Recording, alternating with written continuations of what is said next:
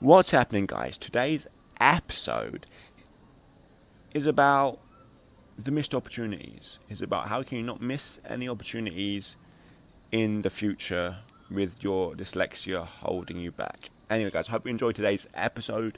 Please get this out to as many people as possible who would benefit them. Comment, share, do whatever. Hope you enjoy today's episode. So the big question is this: how can dyslexics like us create a place, a community, a tribe where people at any stage of life can come and solve any challenge, amplify their strengths, and ultimately help them become who they were meant to be, or in other words, conquer their dyslexia? That is the question, and this show is the answer. My name's Theo Goff, and welcome to the Conquering Dyslexia podcast. Hey guys, I hope we're doing good and I hope we're doing alright. First off, I want to apologise if there's bad audio quality because there's a lot of insects outside. But I'm really excited to talk about this and to get into this. And what I want to talk about today is don't miss any opportunities. And I can imagine me saying that and people here going, that's the most obvious advice ever. You mean, well, thanks for the advice, Theo, and then switch off.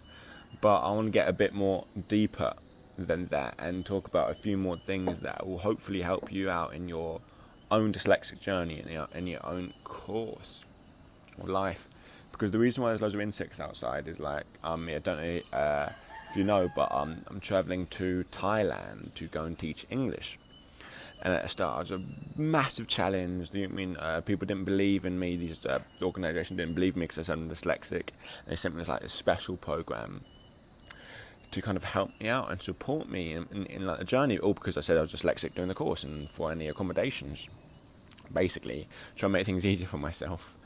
And so it's a hard challenge coming here. And I have not been very, very frequent in posting these podcasts or with doing all my dyslexic work of doing that because, to be honest, life has been moving at 100 miles an hour each and every day with me. And I think the best piece of advice I can give right now with people watching who just like me, have challenges, has this, has that, is don't miss any opportunities. Because if you think about it, what stops us going for things? What stops us, taking that course, trying that, learning that, taking that risk, doing all these things? Isn't our dyslexia that stops us? It's there, and it affects how we deal with things and how we manage situations. But what stops us isn't that. What really stops us is our own minds. But more specifically, I would say what stops us is fear. We're scared of what could go wrong. We're scared of what people might think, and we're fearful of so many different things, and that fear oftentimes really, really, really stops us. And so I'm here. This place called Ayutthaya. I used to stay in this place called Hyo Hin. I travelled here today because I was bored. And it was fun journey to meet other people who like teaching English and that. And it's so beautiful. And the reason why I think it's important to not miss out on any opportunities is because I was sitting there, I was like, why not do it? Why not travel here? And I had no plan to. It was not in my schedule, and I'm a very, very planned person. But over the last month or so, I've changed a lot. I've grown so much as a person and experienced so many things that I've never experienced before. And to me, that matters a lot. And the only reason why I've experienced these things, and went out on adventures, done this, done that, and the only reason why I've done those things is because I don't want to miss any opportunities. Because I was listening to this book really recently. It's called Winning, and another one's called Greatness, by this person Tim Harris, maybe. But anyway, he's very obsessed with winning. He coached what's his name, Kobe Bryant, Michael Jordan, all these people, and he's obsessed with winning, obsessed with that sort of mindset. And I'm obsessed with that. I'm obsessed with trying to make squeeze every last drop out of every last experience. Like, obviously I wanted to come here and really smash my dyslexia stuff, but to be honest, I haven't done that. And do I feel bad about it? Honestly, I don't know. I'm so obsessed with helping people out here, with helping you guys, with trying to give every last drop of it I can. But also I'm obsessed with trying to live life to the fullest extent. Because when you live life to the fullest extent, either you grow more, you can help more people. But when you do that, you have more to give. You have more to help others. And part of the reason why I'm able to do that, like able to travel, like literally public transport used to be the worst nightmare for me when I was younger, completely, because I didn't understand what you could not read the bus signs, could not read that. I was terrified. And I came here, like on a split decision basically, and it was a very fun journey getting here, like 6 hours odd, and it did not go to plan at all. But yeah, I made it here. But what gave me the confidence to do things like that is this need, I think, to not waste things, to not waste opportunities, because like this thing with fear, and I think us dyslexics, I've dealt with this so much, and I think that's why I'm used to it, but especially with you guys, fear stops us doing so many things. Can't tell you, and what I'm fearful of is having fear stop me doing things that I want to do.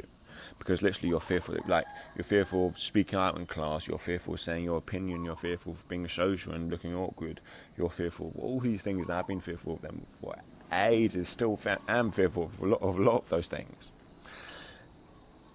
But having that fear is one thing. We're always going to have fear. It's human nature to have fear.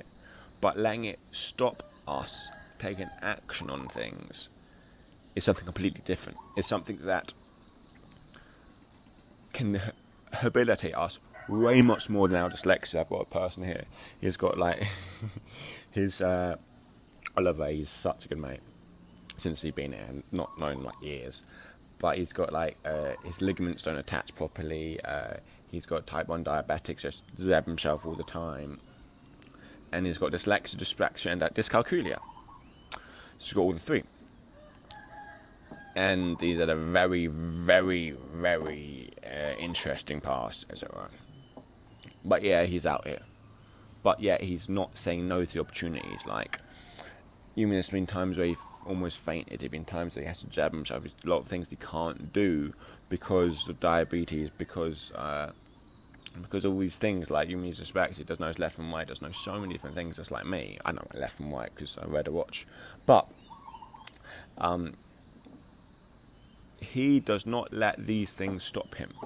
He's a very interesting past. A lot of things to do with taking a lot of stuff.